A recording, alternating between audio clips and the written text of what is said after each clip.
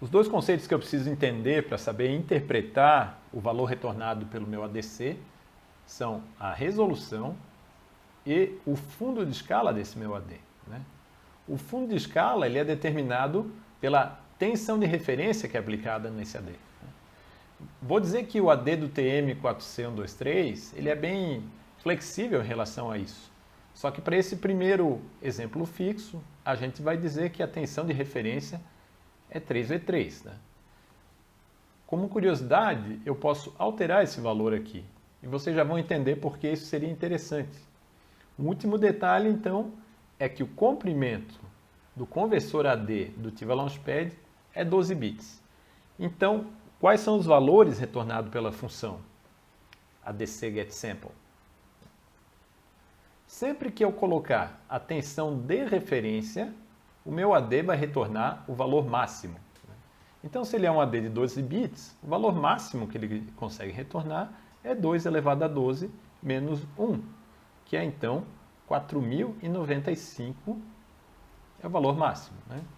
Qualquer valor inferior a 3V3 que é adicionado no meu ADC, ele retorna então um valor proporcional a isso. Assim a gente repara como é que eu especifico a resolução do meu ADC.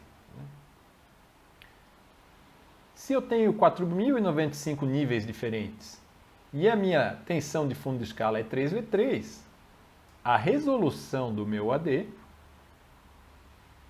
seria esses 3V3 dividido por 4095.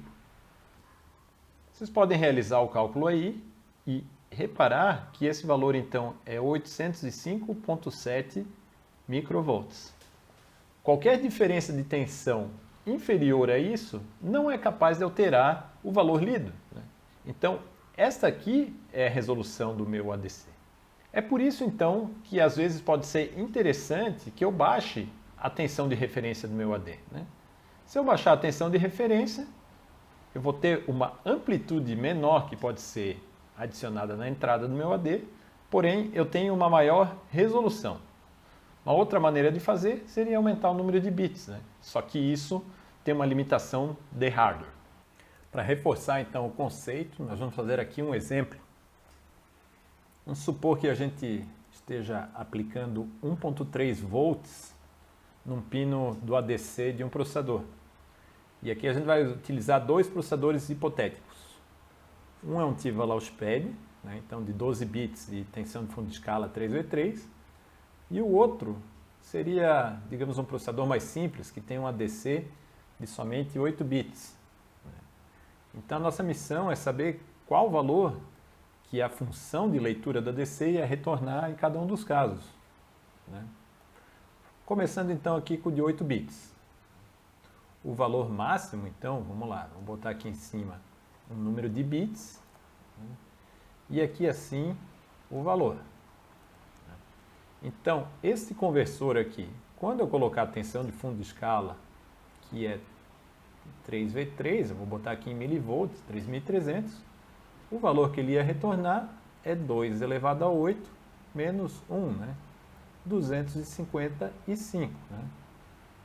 Como eu apliquei 1.33 volts, qual seria o valor que seria retornado?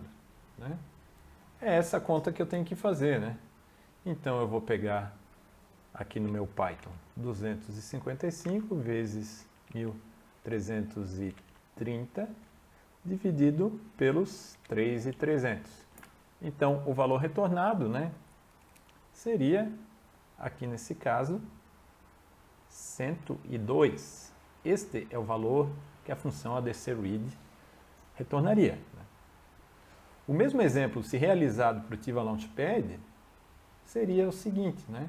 Agora, em vez de 2 elevado a 8 menos 1, o que eu teria quando eu adicionasse a função de fundo de escala é 2 elevado a 12 menos 1, que seria então 4095, né? Para o mesmo valor de fundo de escala, né? 3.300 milivolts. Né? Quando eu adicionasse esses mesmos 1.330 milivolts, qual seria o valor retornado pela função? Novamente eu posso fazer a conta aqui, né? Então agora eu ficaria com 1.330 multiplicado por 4.095 e então dividido por 3.300 milli, né? O valor retornado então seria 1.650. Então a primeira coisa que eu preciso fazer depois de utilizar a função de leitura do AD é dar a correta interpretação do valor retornado. A função de leitura do AD vai sempre retornar um valor literal aqui, né? E a interpretação desse valor, então, vai depender dos parâmetros do AD. Quando a gente estiver fazendo esse exemplo, a gente vai observar isso aqui na prática.